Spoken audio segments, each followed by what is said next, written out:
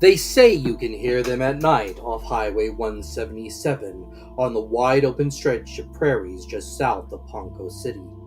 Cowboys crooning over the nocturnal din of the plains, over the crickets, bullfrogs, and coyotes drifting in on a wind from nowhere. Sometimes the song is a cowboy's waltz, with harmonica, piano, and guitar lilting through a pleasant melody. On other occasions, people have heard traces of an old Western ballad where one man sings a haunting melody accompanied only by the strains of minor chords on an acoustic guitar. There are other voices as well, the sounds of distant laughter and clapping. Some have heard dozens of voices raised in unison singing one of the classic range songs of all time. Whoopee-tee, yo, get along, little doggies, it's your misfortune and none of my own.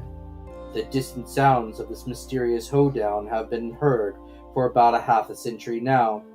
Motorists taking a rest stop, tarrying picnickers, and hitchhikers stranded along 177 late at night have all reported hearing the sounds of an antiquated party countless times over the years, making the Cowpunchers celebration near Ponca City one of Oklahoma's most enduring mysteries. A mystery, yes, but none of the Oklahomans in Kay County have much doubt as to the origin of the strange soiree, although many people might prefer to leave the matter unanswered after hearing the popular explanation from local Sooners. It is a story that defies the conventional wisdom of our age. Who are these revelers? They are our ghosts.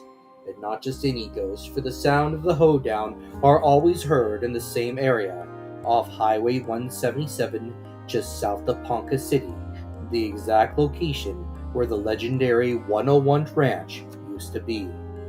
Today there is only a picnic area and a National Historical Landmark where the headquarters of the world-famous 101 Ranch Wild West show used to be. Established in 1879 by Colonel George W. Miller, the 101 Ranch, getting its name from the sprawling 101,000 acres it was spread over, was an immense operation. At its peak, it contained a fully staffed school, general store, hotel, cafe, magazine, newspaper, smithy, dairy, meat packing plant, and oil refinery.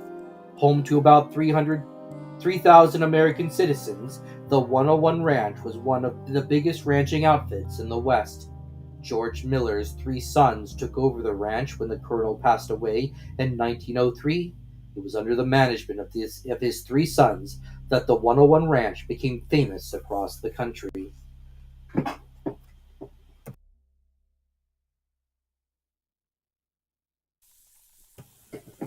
In 1900, Wild West shows were big business. Pioneered by Buffalo Bill Cody during the late 1800s, by the turn of the century they were immensely popular productions, selling out pavilions around the world.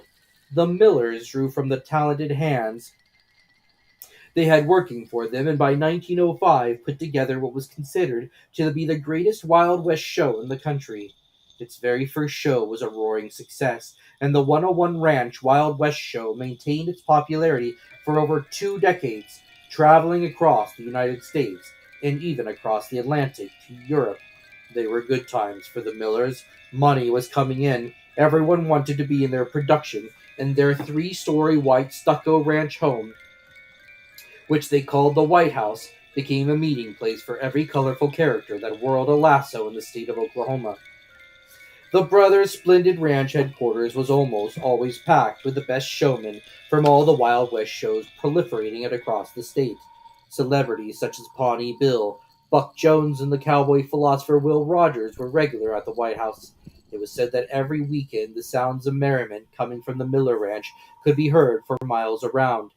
Gathering around an enormous campfire, the revelers sang, danced, and shared stories about their innumerable escapades on the ranches and stages across the country. The good times lasted well into the 1920s, adding silent movies to their arena of operations. The Millers' business got better year after year, and by 1925 it seemed that things could possibly get better for the 101 Ranch, but they could definitely get worse. In 1927, Joe, the eldest Miller brother, died of carbon monoxide poisoning. 2 years later, the middle son, Zach, was killed in a car accident. That left the youngest, George, to manage the entire ranch by himself, a task he may well have been up to if the onset of the Great Depression didn't ravage the family business. By 1931, the 101 Ranch was financially ruined. In 1932, the White House was torn down, the property was divided up, and the parcels of land were auctioned off to prospective farmers. The coming years brought a great many new developments throughout Oklahoma and the world, but those pioneer entertainers who entertained on horseback with gun and lasso were past their heyday. Wild West shows became a thing of the past, and the men and women who starred in the expositions were growing old. One by one, they passed on. Will Rogers died in an airplane accident in 1935 in Point Barrow, Alaska, but it wasn't until 1952, when George Miller passed on in his Texas home, that the bizarre reports of an invisible party began circulating around Ponca City. Lone motorists running errands out of town were the first to hear the sounds of revelry carrying on the prairie wind. When word got out that something strange was afoot south of town, groups of teenagers began taking trips out on weekend evenings, hoping to hear the strains of cowboy music drift in from the darkness. Many of them were not disappointed. Farmers, townsfolk, hitchhikers, curiosity seekers, and paranormal enthusiasts. The tale of the haunted ranch grew with each visitation until the entire state came to know of the Phantom Hoedown in Kay County. And the sounds are to still continue today. Jovial laughter and music coming from somewhere around where the White House once stood. Indeed, the first and last great actors of the drama of the Wild West seem intent on continuing what now appears to be an ageless celebration.